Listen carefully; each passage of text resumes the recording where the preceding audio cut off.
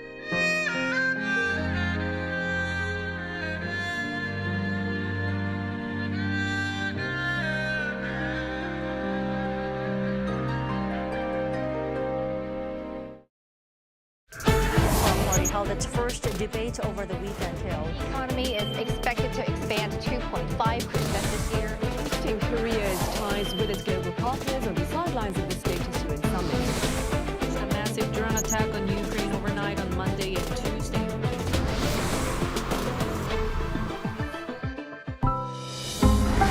Arirang. Introducing Korean broadcast content that you won't be able to stop watching. For weary modern souls, Dr. Romantic, the quirky genius doctor of Puldam Hospital, prescribes heartwarming tales of humanity. A couple together for 7 years sees their rose-tinted glasses shatter. Can they keep their relationship alive? Discover the raw stories of youth, work, and love. Beyond what social media can show, experience the vibrant Korea through its hidden gems. Mama, the ultimate K-pop festival for global fans. Find your star in a feast of trendy music and electrifying performances. Now, the whole world enjoys it together.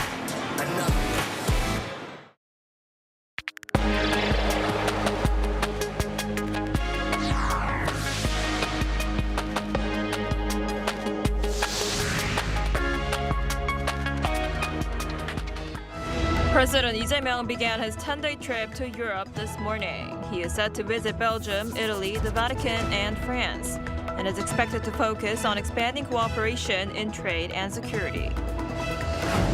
Chinese President Xi Jinping and North Korea's leader Kim Jong-un met for a rare summit in Pyongyang. Their meeting focused on strengthening ties across political, economic, and security sectors, but there was no public mention of denuclearization. NVIDIA CEO Jensen Huang left Korea this morning after wrapping up his visit.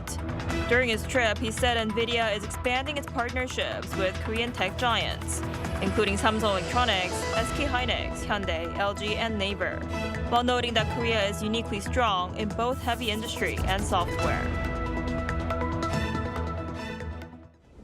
President Lee Jae-myung departed for Europe this morning on a 10-day trip to Belgium, Italy, the Vatican, and France. Meetings with Belgian and EU leaders are scheduled during the first leg of the trip. Our Blue House correspondent Song Yun-sin reports. President Lee Jae-myung has begun his first trip to Europe since taking office, aiming to deepen ties with the European Union and key partners across the continent. His first stop is Belgium, which has had the 125 years of diplomatic relations with Korea as of this year. After meeting with members of the Korean community on Tuesday, Lee is scheduled to hold talks with Belgian Prime Minister Bart de Wever in Brussels on Wednesday morning. As the first meeting between the leaders of our two governments since the launch of the current administration, we expect discussions on practical ways to elevate bilateral cooperation to the next level. Seoul is particularly interested in expanding economic cooperation with Belgium, home to the port of Antwerp, Europe's second-largest seaport. In the afternoon, Lee is set to meet European Council President Antonio Costa and European Commission President Ursula von der Leyen. The European Union is the world's largest trading bloc and Korea's third-largest trading partner. As a partner that shares our commitment to democracy, market economics, and a rules-based international order, the EU is essential to Korea's ambition to emerge as a G7+ diplomatic power. Trade and security cooperation are expected to top the agenda. Bilateral goods trade between Korea and the EU reached a record $136.8 billion last year. Also likely to be discussed is intelligence sharing and combating transnational crimes, building on the EU-ROK Security and Defense Partnership launched in 2024. After Belgium, Lee will travel to Italy, the Vatican, and France. 송유진, Arirang News. The leaders of China and North Korea have held a rare summit in Pyongyang. The talks focused on expanding cooperation and strategic coordination, with no mention of denuclearization. Our Oh Soo-young has more. Chinese President Xi Jinping and North Korean leader Kim Jong-un held a rare summit in Pyongyang on Monday, emphasizing bilateral relations with no public mention of denuclearization. The talks were held at the Kumsusan State Guesthouse after Xi arrived in the North Korean capital for a 2-day state visit, marking his first trip to North Korea in 7 years. According to China's CCTV, Xi called for stronger political trust and practical cooperation during the summit, and also proposed closer exchanges in diplomacy, law enforcement, and military affairs. He also called for expanded cooperation in trade, agriculture, construction, science and technology, and healthcare, as well as more people-to-people exchanges through reopened border crossings, civil aviation, and international passenger rail links. The North Korean Central News Agency said the two leaders agreed to open a new chapter in bilateral ties by strengthening high-level strategic communication and expanding exchanges across politics, the economy and culture.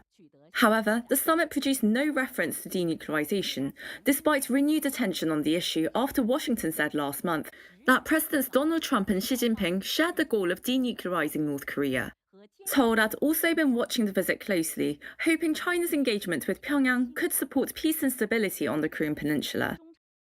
China has absolutely no reason to aggressively push a denuclearization agenda. Seoul appears to be hoping that China can play a mediating role and help revive North Korea-US dialogue and even inter-Korean dialogue. We place a lot of expectations on mediation, but I do not think China is willing at this point to bear that burden. My sense is there's not going to be a big breakthrough on denuclearization or transformation on Korean Peninsula issues. She is likely not to ask Kim Jong-un to engage with Lee Jae-myung because Kim has made it clear it's an internal issue for North Korea, and this diplomacy will not be dictated by outsiders. Instead, the two leaders repeatedly emphasized strategic coordination, sovereignty, and security, suggesting the visit was focused more on Beijing reaffirming its influence over Pyongyang by supporting Kim's economic projects as North Korea continues to deepen strategic ties with Russia. On Tuesday, she is expected to visit the China-North Korea Friendship Tower in Pyongyang, a monument honoring Chinese soldiers killed during the Korean War, before returning to Beijing. Arirang News. Foreign visitor spending linked to Korean cultural activities reached a record high in April. According to the Korea Tourism Organization's Visit Korea Data Lab, Korean culture consumption totaled 1.328 trillion won, or approximately $873 million in April, up nearly 22% from the previous month and more than 54% from the year before. Culture consumption, or global Hallyu consumption, tracks spending by foreign visitors on activities including concerts, shopping, beauty, fashion, and cultural experiences. The surge follows boy band BTS Gwanghwamun comeback concert in March, when spending topped 1 trillion Korean won for the first time and climbed even higher in April as the band's world tour launched in Goyang.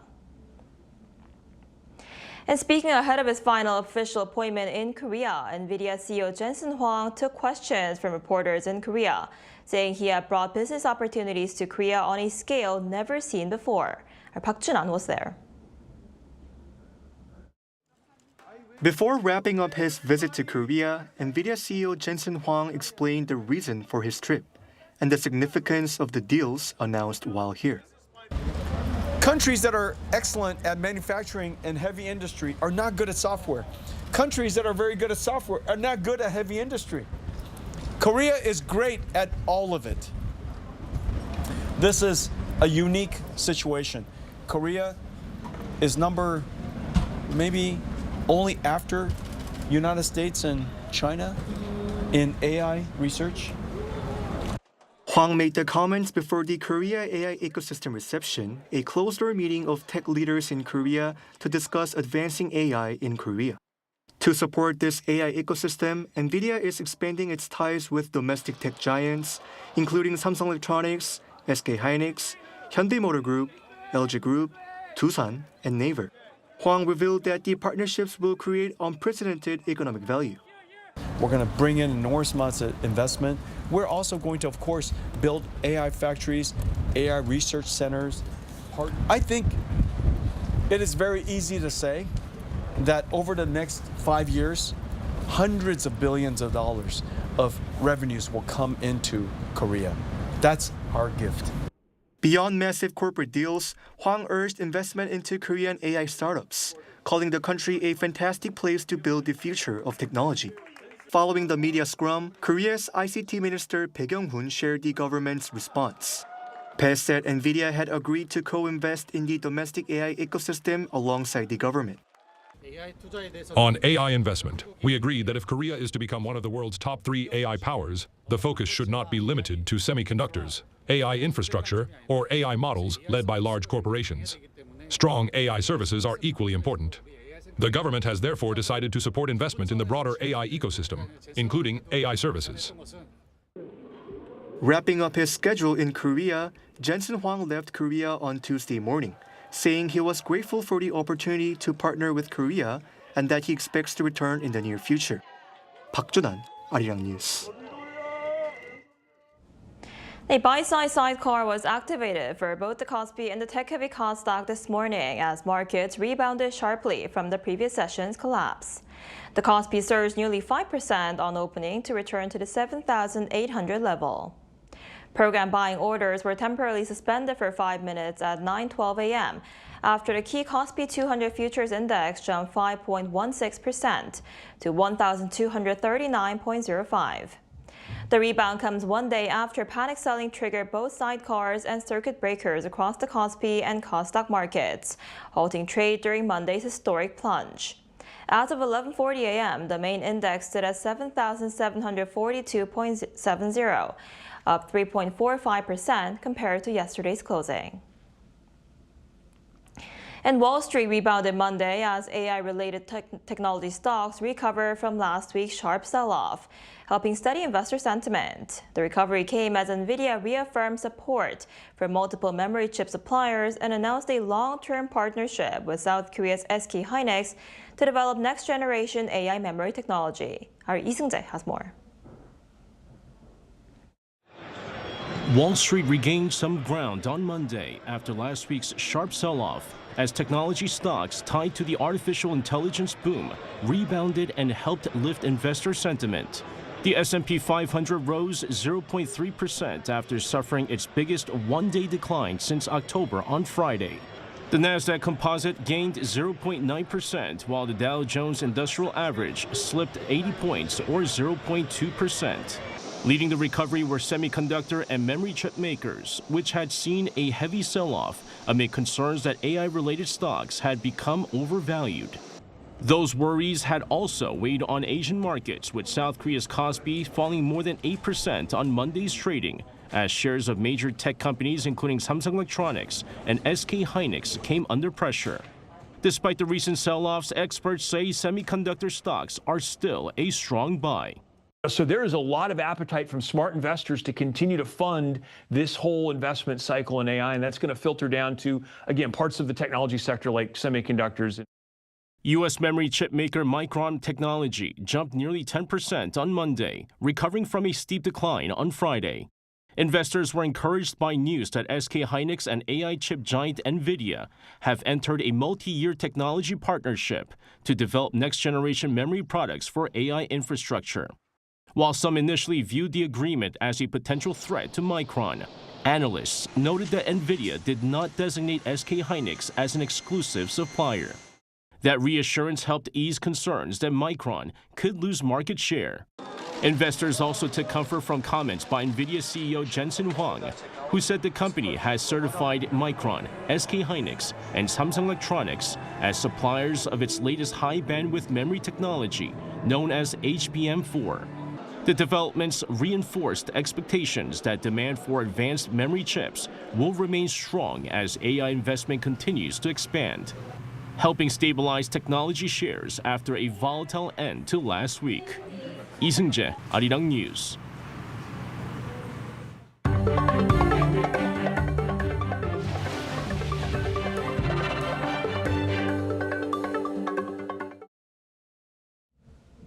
Israel and Iran have agreed to end a wave of attacks against each other, with both issuing warnings of strong retaliation if the ceasefire is broken. U.S. President Donald Trump had reportedly warned Israel's Prime Minister Benjamin Netanyahu that he might lose U.S. backing if he did not stop attacks. Our Kim Bo-young tells us more. Following a rapid escalation of hostilities in recent days, Iran and Israel have announced a pause in their military operations against each other. That followed a post from U.S. President Donald Trump on Truth Social on Monday, in which he said both sides are looking to do an immediate ceasefire. According to Axios, on Monday, Trump spoke with Israeli Prime Minister Benjamin Netanyahu and warned him that if Israel went back to war with Iran, he might find himself fighting alone. On Sunday, Trump told Fox News that Tehran should stop firing missiles, return to the negotiating table, and make a deal. Iran's Islamic Revolution Guard Corps announced the end of missile attacks on Israel on Monday, but did warn of harsher attacks if strikes against Lebanon continue. Qatam al-Anbiya Central Headquarters stressed in the statement that if aggression and malicious acts continue, including in southern Lebanon. Much harsher and more crushing actions will follow. Israel also confirmed a cessation of attacks, adding it would respond with force if Iran attacks again. At the moment, the fire has ceased, because after we struck the terrorist regime in Tehran, it stopped attacking us. If the terrorist regime makes the mistake of attacking us again, we will respond with force. On Sunday, Iran fired around 10 ballistic missiles toward northern Israel for the first time since a ceasefire was agreed in April, in retaliation for Israel's strikes against the pro-Iranian militant group Hezbollah in the southern suburbs of Beirut, Lebanon. Kim Bo-kyung, Arirang News. A major overseas exhibition featuring cultural treasures donated by the late Samsung chairman Lee Kun-hee will open in London this fall. The British Museum announced it will host the exhibition titled Korea from October 1st through January 31st, showcasing more than 2,000 years of Korean art and culture. The exhibition will feature national treasures and other key works from the National Museum of Korea, the National Museum of Modern and Contemporary Art, and the British Museum's own collection. It will be the museum's first major Korean exhibition in 42 years, and the third overseas touring exhibition centered on works donated by Lee Kun-hee, following previous stops in Washington and Chicago. A fortress located in the heart of Daegu, which currently serves as a zoo, has revealed new insights into the past. A recent excavation has uncovered sophisticated construction techniques used during the Silla Kingdom some 1,500 years ago. Our Tae-young reports. This is Dalseong Fortress, located in the heart of Daegu. It was the site of the Gyeongsang-gamyeong provincial office during the Joseon dynasty and currently houses a zoo. For the first time, an archaeological excavation was conducted to reveal the construction methods used to build Dalseong 1,500 years ago during the Silla dynasty. The fortress has a circumference of 1,300 meters, slightly smaller than Gyeongju's Walseong Palace. However, with a width of 35 meters and a height of 17 meters, it is comparable in scale. The construction involved building a stone foundation and finishing it with soil, a process that would have required mobilizing a massive labor force. The excavation confirmed advanced engineering. Stones were stacked in an L shape, and dirt bags were utilized to prevent structural collapse. We observed a technique where a vast amount of stone was stacked and covered with soil. It can be classified as a mixed stone and earth fortress, applying technology capable of withstanding the downward pressure. Following the investigation of the southern and northern walls, Daegu City plans to excavate the site of a Japanese Shinto shrine from the colonial period. Afterward, the city intends to restore the fortress to its original state. We will restore the zoo grounds to their original topography. To help citizens better understand the fortress's structure, we will manage the surrounding vegetation so the earthen walls are clearly visible. There is growing anticipation that this investigation will revive the historical significance of a space previously used only as a public park, bringing its 1,500-year-old history back to light. 차윤경, Arirang News.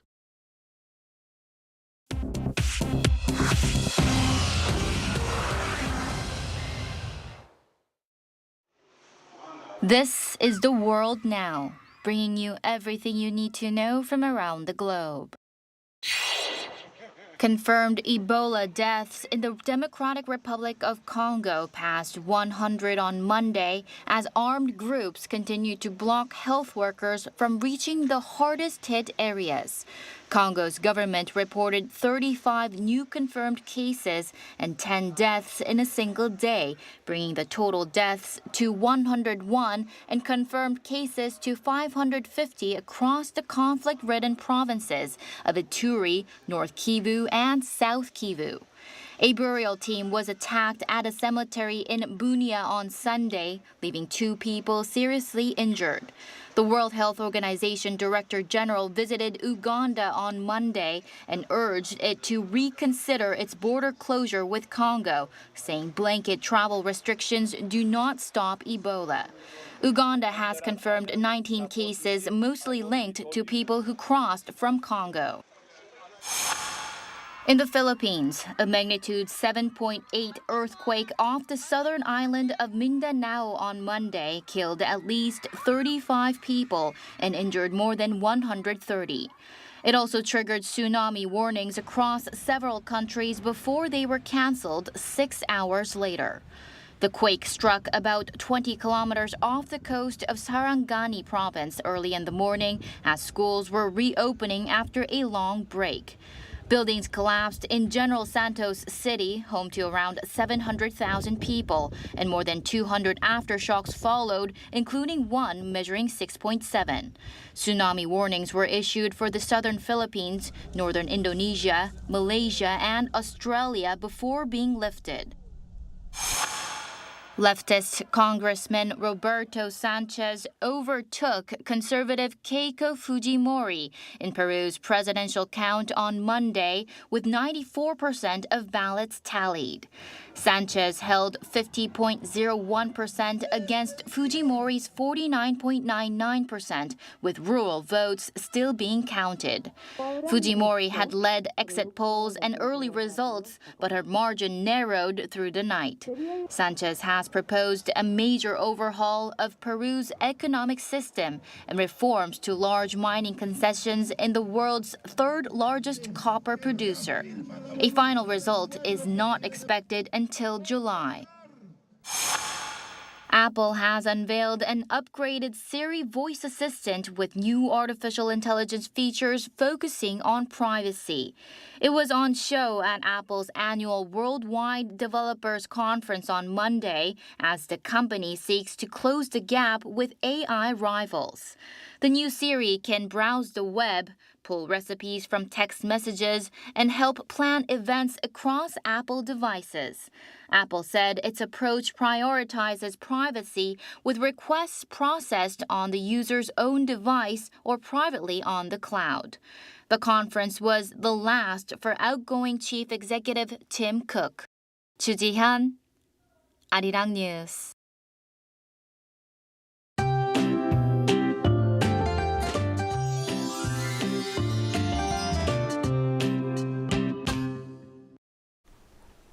Early summer weather continues under bright skies, and that will bring UV levels to very high nationwide in the afternoon.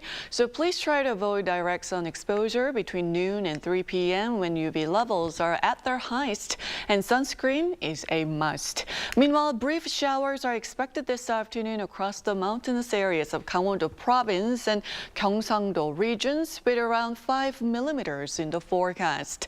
And since we are in the early stage of summer, there will be a frequent chance of passing rain, so keep an umbrella handy that can shield you from light rain and UV rays.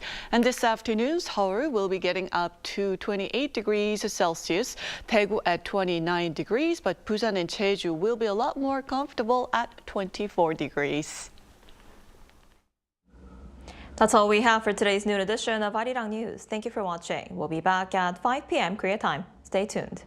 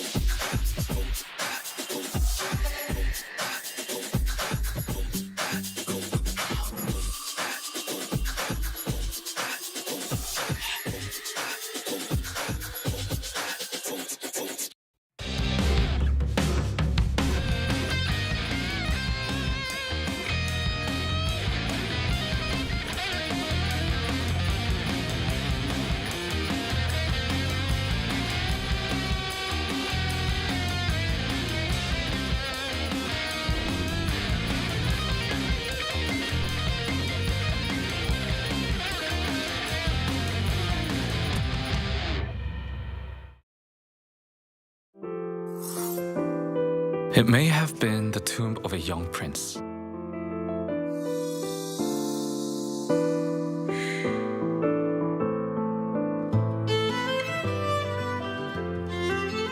Kmyongchong Tomb, one of Silla's ancient burial mounds. The gold crown and belt discovered here were notably smaller than those found in other tombs. The Silla royal family is believed to have carefully prepared the tomb for a young life that ended too soon, placing a variety of grave goods within. Among the many artifacts, one pair of objects in particular draws the eye. Earthenware figures that seem as if they might gallop off at any moment.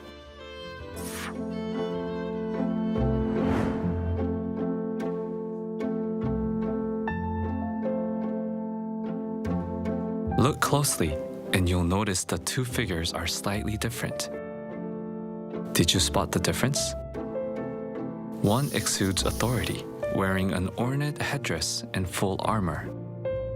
The horse, too, is richly adorned with elaborate harnesses. In contrast, the other figure appears plainly dressed, with hair tied in a top knot and a cloth wrapped around the head. Based on their attire and size, the more elaborate figure is presumed to be the tomb's occupant, while the simpler one appears to be a servant. So what exactly are these pottery figures which vividly reflect the everyday life of Silla people? They are, in fact, hollow vessels, pitchers. Water could be poured in through a funnel at the horse's rear and dispensed through a spout at its chest. Then why would the Silla people place such intricate vessels in a tomb of a young prince? Perhaps it was a heartfelt wish that the young prince, whose life was cut short, would never go thirsty on his